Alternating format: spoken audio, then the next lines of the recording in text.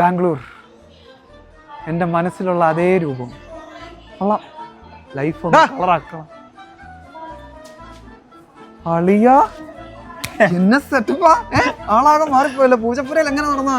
പൂജപ്പുരയൊക്കെ പണ്ട്. ബാംഗ്ലൂർ ലൈഫ് വേറെ ലെവലാണ്. കൊള്ളാം കേട്ടോ, എനിക്കങ്ങോട്ട് ഇഷ്ടപ്പെട്ടു. എങ്ങനെ പഴയ പോലെ കള്ളവണ്ടി കയറി തന്നെ വന്ന്? അല്ലടാ, ഞാൻ പോവാന്ന് പറഞ്ഞപ്പോ തന്നെ അച്ഛൻ എനിക്ക് 3rd AC ടിക്കറ്റ് എടുത്തു തന്നു.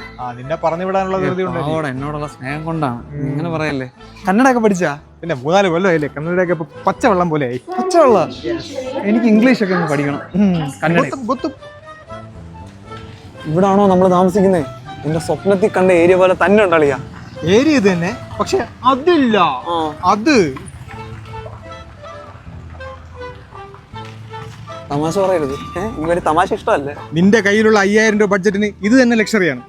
അപ്പൊ നമ്മൾ 2 പേരെങ്ങനെ ചെറിയ റൂമിൽ കിടക്കും? 2 അല്ല 4 പേരുണ്ട്. 4 പേരും കൂടെ 4 ദിശ നോക്കിയും കിടന്നാൽ മതി. കൺജഷൻ ഫീൽ ചെയ്യൂല. അതേടാ ചതിയനാ. നിന്നോട് ഞാൻ പല പ്രാവശ്യം പറഞ്ഞല്ലേടാ ഇവിടുത്തെ ജീവിതം ഇങ്ങനെയാണെന്ന്. അപ്പൊ അവന് പബ്ബ്, പെണ്ണ്, ഡേറ്റിങ്, മാങ്ങാ തൊലി.